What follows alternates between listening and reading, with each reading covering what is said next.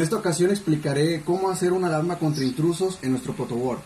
Lo primero fue insertar nuestra pieza SCR, poner cátodo al negativo y el ánodo al negativo del buzzer, y el pin del buzzer al positivo de la protoboard, con puerta al pin negativo del diodo rectificador. El capacitor cerámico 104 negativo a la compuerta del SCR,